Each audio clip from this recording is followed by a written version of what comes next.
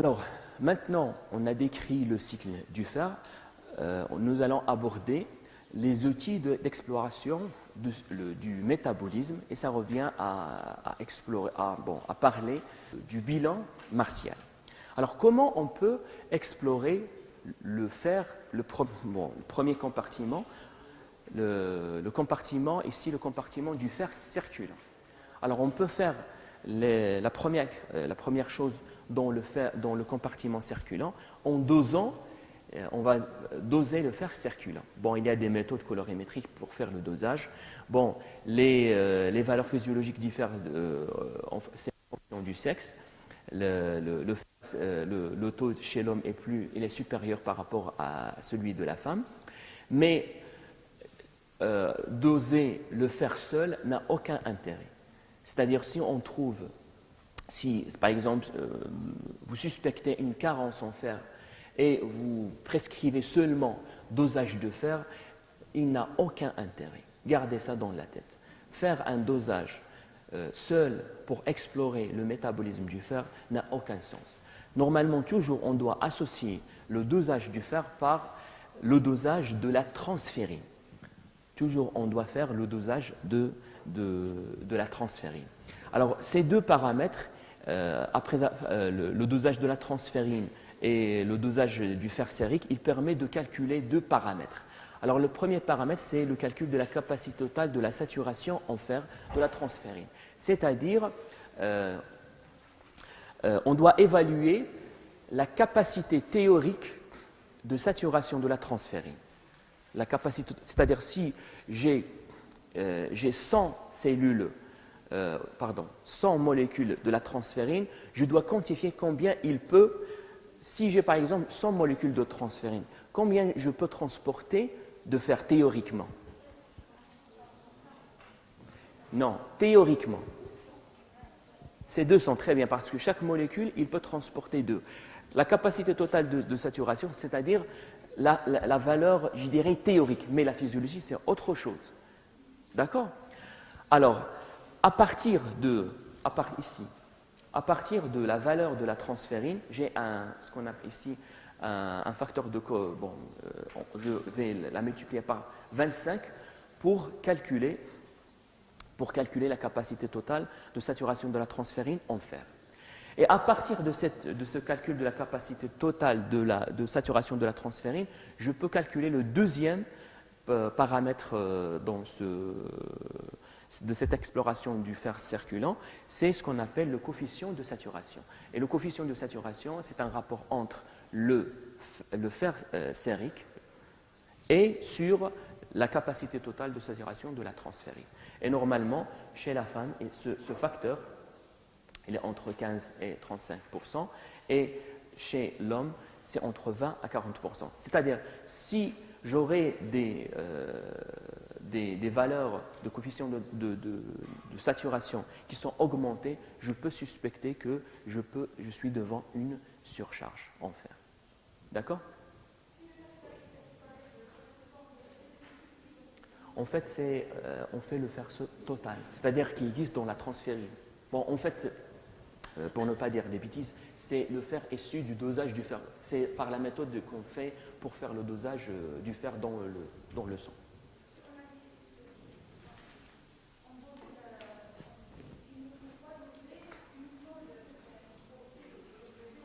Oui.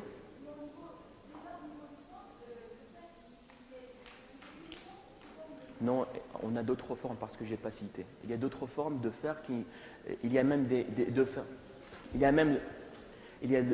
Parfois on a des formes libres et même on a des formes qui sont liées à d'autres protéines, par exemple l'albumine.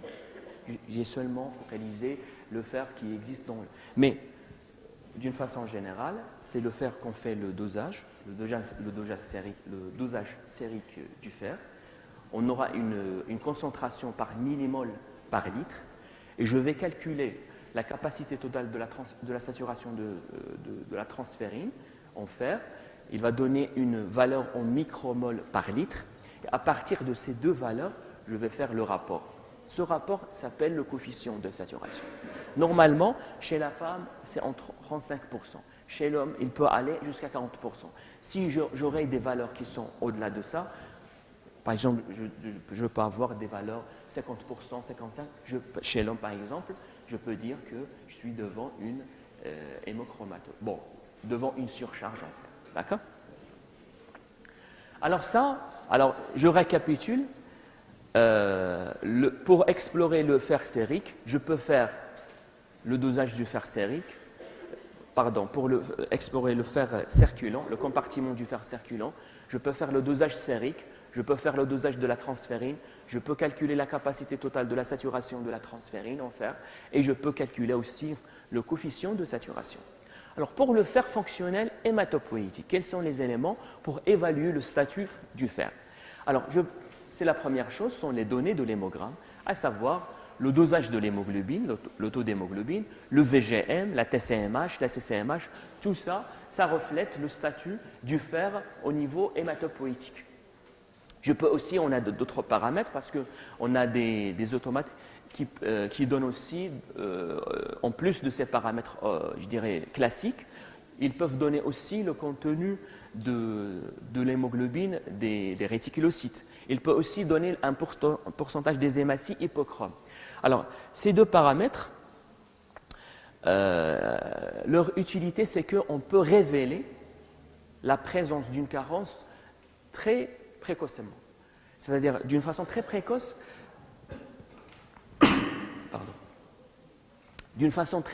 je peux révéler la présence d'une carence martiale par ces deux paramètres. Par exemple, c'est le contenu de l'hémoglobine des réticulocytes et aussi le pourcentage des hématies hypochromes. Parce que pour l'érythropoïèse, le produit c'est le globule rouge, mais la qualité ou je dirais les caractéristiques des globules rouges ne sont pas similaires à 100%. On peut avoir dans les conditions physiologiques une partie, un pourcentage qui est minime, des hématies hypochromes. Mais si ce pourcentage augmente, ça révèle une carence en fer. Le pourcentage des hématies hypochromes. Je peux aussi faire ce qu'on appelle le dosage des récepteurs solubles de la transférine. Bon, on a dit que les récepteurs, ils existent à la surface des cellules. Mais, en fait, on peut avoir... ils subissent un métabolisme. Alors, c'est-à-dire, ils subissent un métabolisme de telle sorte qu'on peut avoir le fragment de ces récepteurs de la transférine dans la circulation, dans le sang. Alors, on peut faire le dosage. Et le résultat, il est corrélé. C'est-à-dire, si je fais le dosage et je trouve un taux qui est élevé, veut dire que j'ai un taux élevé d'expression des récepteurs de la transférine à la surface des érythroblastes. Alors, quelle est l'utilité de ce paramètre? C'est que parfois, surtout si on est dans un contexte inflammatoire, c'est difficile d'interpréter les résultats du bilan martial. Alors, ce paramètre n'est pas influencé par les conditions inflammatoires. C'est-à-dire, si je trouve le taux de ces récepteurs les récepteurs solubles de la transférine, s'ils sont augmentés, peu importe le contexte, s'il est inflammatoire ou inflammatoire, toujours il est corrélé à la réalité. C'est-à-dire, si j'ai une augmentation des récepteurs solubles de la transférine, j'ai une augmentation d'expression des récepteurs de la transférine. Et comme ça, à votre avis, si j'ai une augmentation, c'est-à-dire on a la cellule, il exprime beaucoup les récepteurs de la transférine. Est-ce que je suis dans la cellule? Est-ce que j'ai un signal qui dit que j'ai un taux faible ou un taux augmenté de fer? Très bien. C'est-à-dire, si j'exprime beaucoup, veut dire que j'ai un taux faible de fer. C'est-à-dire la cellule exprime beaucoup les récepteurs pour capter le maximum. Alors, juste pour dire l'utilité de ce paramètre, par exemple, la ferritine. On utilise la ferritine pour évaluer les réserves. Parfois, on est devant une carence en fer, mais je veux trouver la ferritine qui est normale ou augmentée. Mais je peux comprendre, si je suis devant un contexte de l'inflammation, je sais que dans l'inflammation, l'expression de cette ferritine, il augmente. Mais c'est grâce au dosage de ces récepteurs solubles, je peux faire la part des choses. Est-ce que je suis devant une situation d'inflammation ou je suis devant une situation de carence? Parce que l'anémie, dans l'inflammation et dans la carence en fer, il est hypochrome microcytaire. Aussi, je peux, toujours pour révéler ce fer qui est hématopoïétique fonctionnel, je peux le révéler d'une façon très directe. Comment? On fait une ponction sternale et je fais une coloration qui révèle la présence du fer. Et je regarde la moelle et je peux, est-ce que parfois, s'il est coloré, bon, j'ai des repères, surtout dans les macrophages. Après, cette coloration s'appelle la coloration de Perls. Il révèle la présence du fer. Et comme ça, je peux avoir une idée sur le fer dans la moelle osseuse.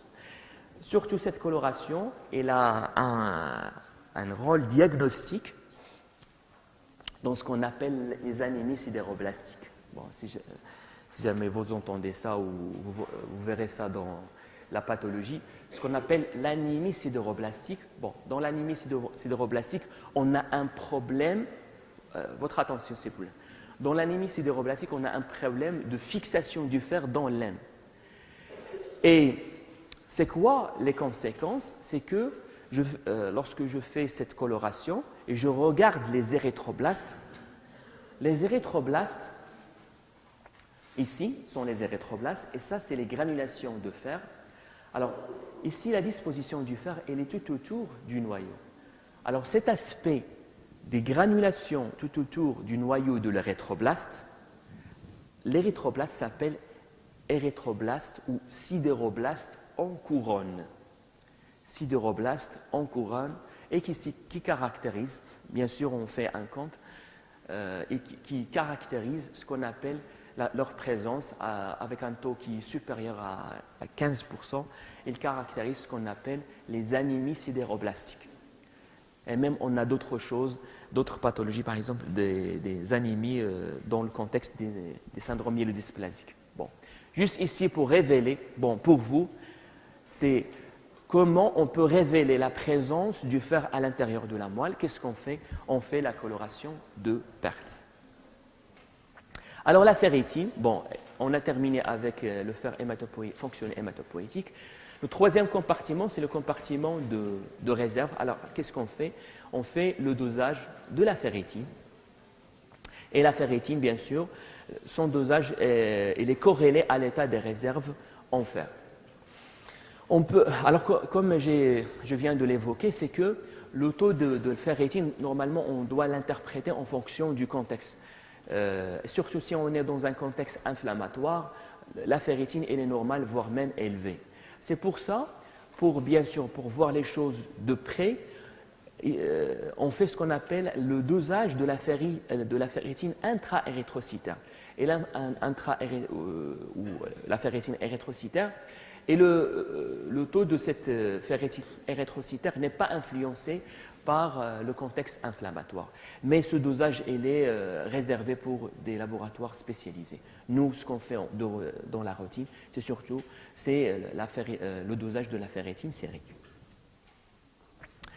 Bon, comme ça, je termine cette partie du métabolisme du fer et du bilan martial en rappelant l'homéostasie du fer et les compartiments du fer et le bilan martial, c'est-à-dire comment je peux explorer le métabolisme du fer, à savoir pour chaque compartiment, le compartiment circulant, le compartiment fonctionnel hématopoïétique et le compartiment de réserve.